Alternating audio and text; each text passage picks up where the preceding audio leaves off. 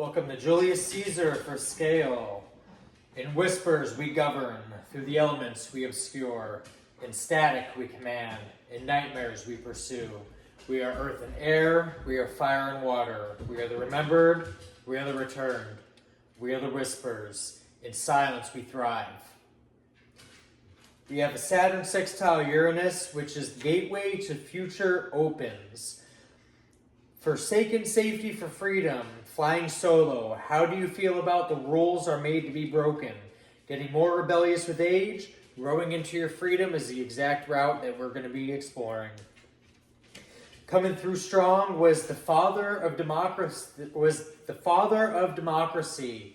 Cleisthenes.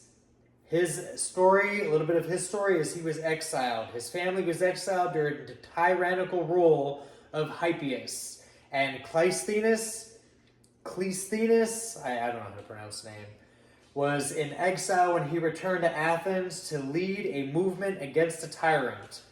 The overthrow of the tyrant was Spartan intervention.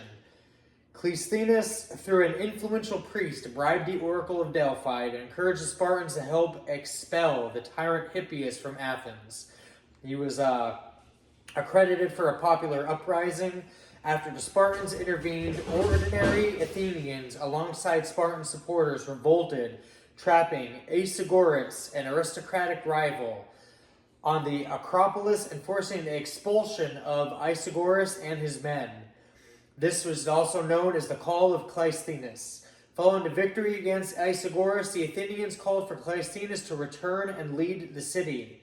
Cleisthenes returns with new tribes. Cleisthenes replaced, sorry if I said the name wrong 5 times. Like I said, I don't know how to pronounce it. It's Cleisthenes. He replaced the old kinship-based tribal system with 10 new artificial tribes. Each tribe was formed by combining dems, local districts, from different parts of Attica, which helped to break old loyalties and create new, broader ones, provided better options, alternative leaderships, and new opportunities for growth and expansion.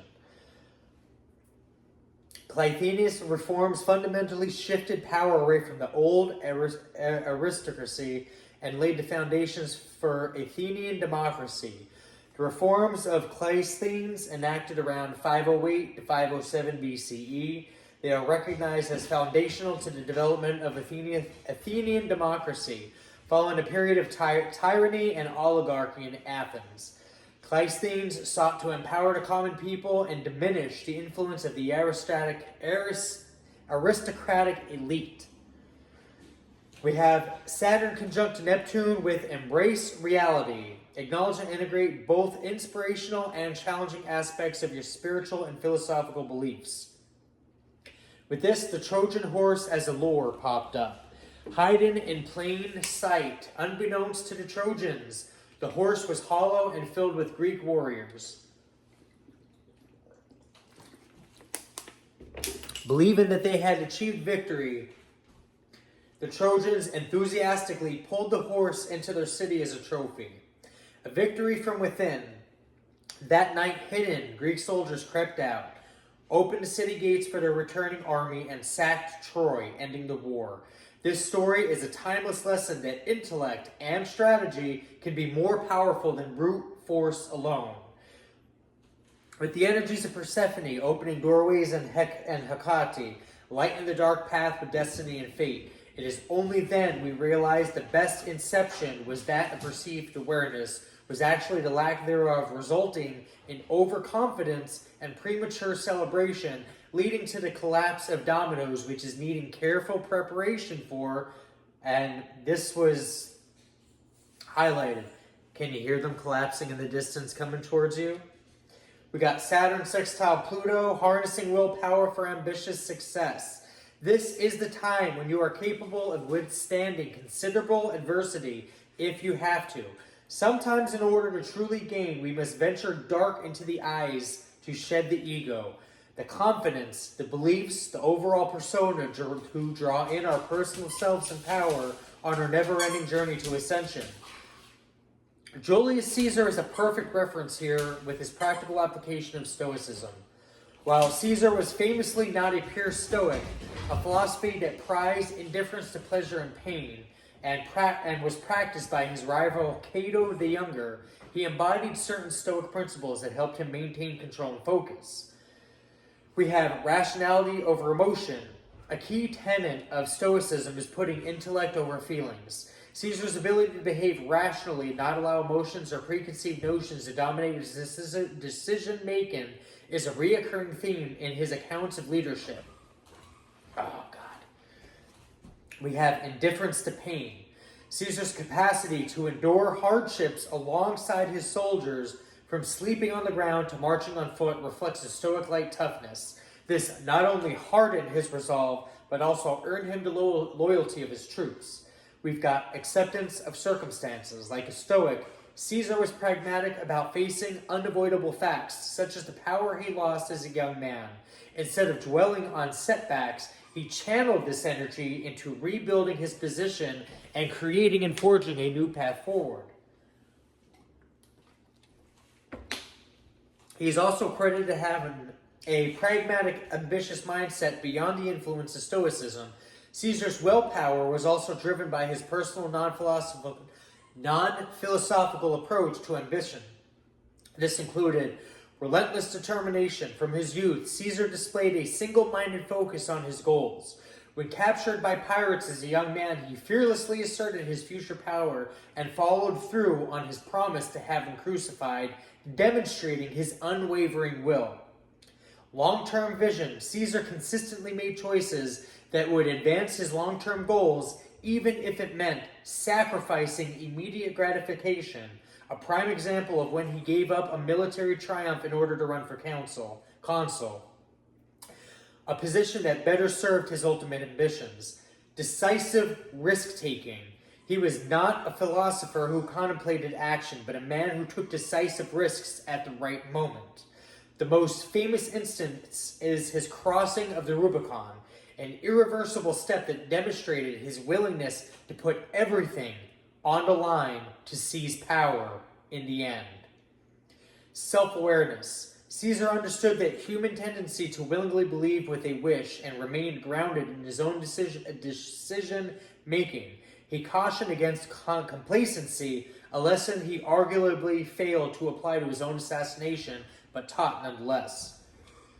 Julius Caesar also followed something called Epicureanism. My favorite take on this for myself is the absence of fear. A significant part of Epicureanism involves alleviating fear, especially the fear of death and divine retribution. Death is nothing to us. When we realize that death is not bad for a person because when alive, it has not happened. But when it happens, we are no longer existing or alive to be harmed by it. Continuing on, we have Uranus, Venus, Pluto, and Moon in a cross-Gibo runic placement as a boon or gift, say, or of the universe on the astrological wheel. It suggests a person who wants to be seen and celebrated. The need for creative expression and recognition is not just a passing interest, but a core psychological driver. This aspect has an intense and dramatic inner world. The emotional depths of the moon combined with the intensities of Pluto can lead to strong all-or-nothing feelings. You may feel things more intensely than others or have deep need to confront and overcome power dynamics in your close relationships. We've got channels inner rebellion into creative outlets. The electric revolutionary energy of Uranus finds a powerful and public stage through Leo's need to perform. This can result in a unique and memorable creative style, a drive for self-empowerment, or a desire to lead a revolutionary artistic movement. One would also exude loyalty and magnetism. At your best, you are a deeply generous and loyal partner and friend who inspires loyalty in return. Your vibrant confidence energy draws others to yours, especially those who appreciate your creative and dramatic spirit. With Saturn's specific placement on the wheel, we have the number 007. This is sitting in Aries, coming through in terms of something secret going on with Saturn. This is high profile. In Aries energy, this tells of a massive force driving this endeavor. Covert operations came in for a hello here. Key characteristics of covert op is secrecy. The operation is conducted in such a way that the identity of the sponsoring government is not revealed, with an influence aimed to shape events or conditions in another country. Target operations can focus on political, economic, or military matters abroad, with the concealment operations' existence or the sponsoring country's involvement is not apparent to the public. This is the kind of thing I can get behind when it comes to domestic politics, because people who come to America and act above the law and shit on the Constitution in vain and in the name of democracy that even Cleisthenes was rolling in his grave over, this is absolute utter disgust. With the angel number as 007, this symbolizes spiritual awakening, inner wisdom, and the power of manifestation through thoughts. So this is projecting interkinetic energy and discharging it in a physiological manner. So those ideologies connect and meet their polar aspects in the quantum realm, and these become declarations of intent and will and delegations, if you will, to your reality. With manifestation, this number serves as a reminder that your thoughts are powerfully shaping your reality, and you should focus on positive affirmations and desired outcomes. Bond's 007 number was awarded to him because he twice killed in fulfilling his assignments. I guess they weren't successful in fulfilling another one, is what came through. With the sun, we got the number 29 coming through as Psalms 29, which is a biblical hymn attributed to David that praises God's supreme power and majesty, likening his voice to a powerful, majestic storm that echoes over the waters, shatters cedars, and causes the earth to quake. It calls on heavenly beings and all people to give glory and strength to the Eternal, who is enthroned over the flood and blesses his people with peace. Now, this has happened in the past where human beings took upon themselves certain actions that were not honorable in the view of God and thought they were acting in the light of God when they were doing quite the opposite, and the entire planet got flooded as a punishment to teach humanity not to act in vain, not that, don't try to supersede the power of God, if you will. We've got worship and response. The appropriate response to God's power is worship and a cry of glory from the temple, recognizing him as the sovereign king over all. The voice of God coming through is a central metaphor representing his mighty and majestic power expressed through thunder, lightning, and the ability to bring about creation. We've got the voice of God, which is Bat Kal, which is the divine echo in Jewish tradition. The literal voice of God is known as the Bat Kal, which translates to the daughter of voice or echo. The Bat Kal was considered a lesser form of divine communication that appeared after the era of prophecy has ended. Too powerful for mortals, according to mystical texts, the direct voice of God is so powerful that it would be too overwhelming for mortals to hear, or at least your average mortal. We have Metatron coming through as a conduit. This is where the Archangel Metatron enters the picture. He serves as a celestial conduit or mouthpiece for God's divine word, translating it into a form that other celestial beings can, and sometimes even humans, can perceive. He is often called the voice of God in his capacity. Metatron, on a physical aspect, though, is an experimental infrastructure for ecological research, more than likely had this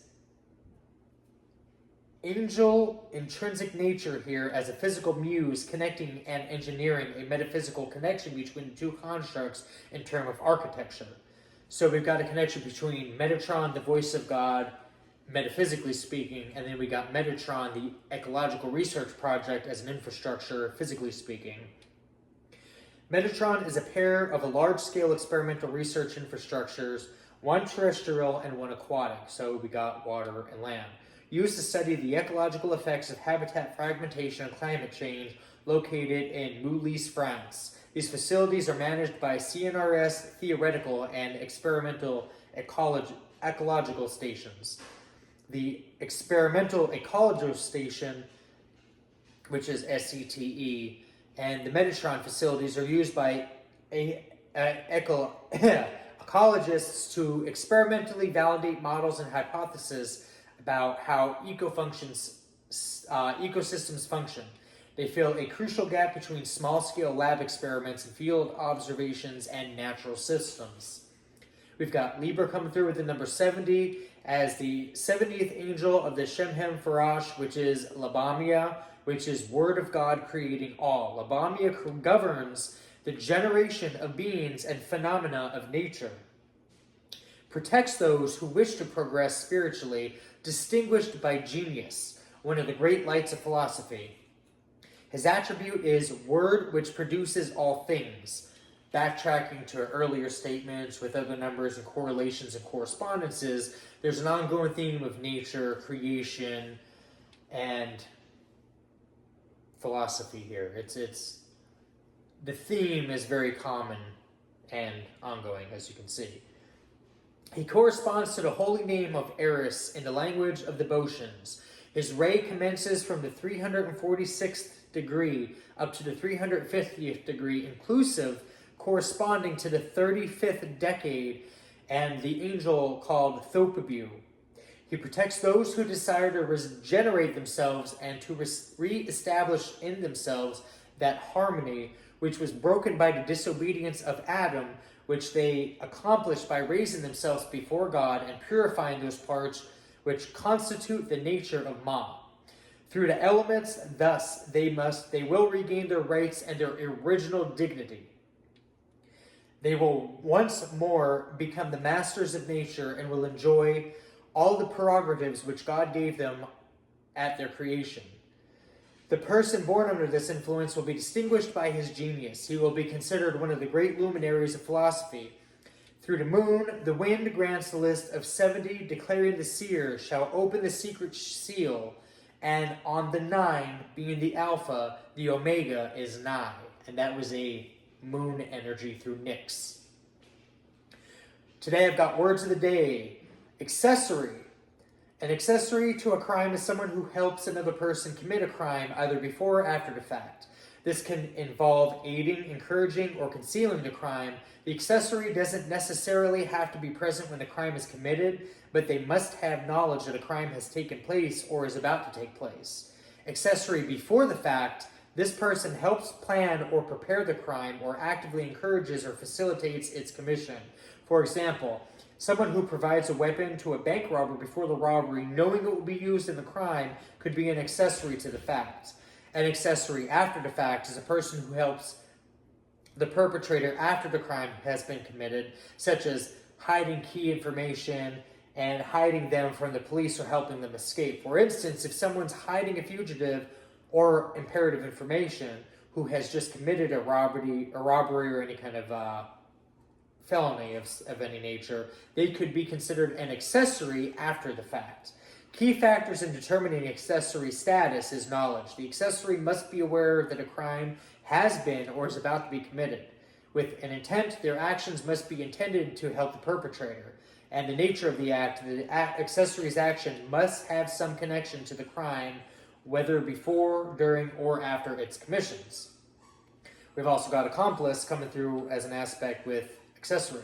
Someone is an accomplice by intentionally providing help, assistance, or encouraging to another person for the commission of a crime, with the intent that the help be used to commit the offense. This assistance can be provided before, during, or after the crime and includes physical acts like providing a weapon, financial aid, or psychological acts like providing a false alibi or moral support.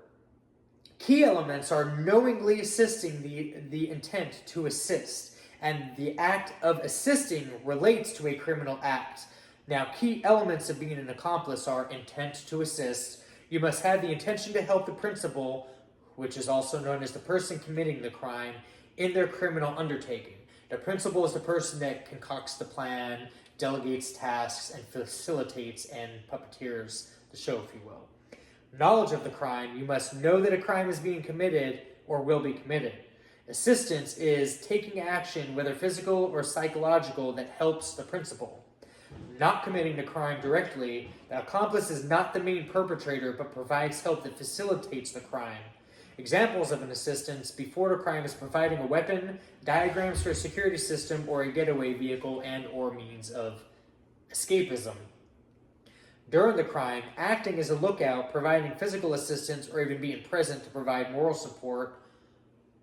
And after the crime, helping a criminal evade arrest by providing a hiding place, a false alibi, or means of escape, or helping somebody dump evidence or burn something that's probably relevant that the cops already have, like original documents, paperwork, and or a digital trail or footprint.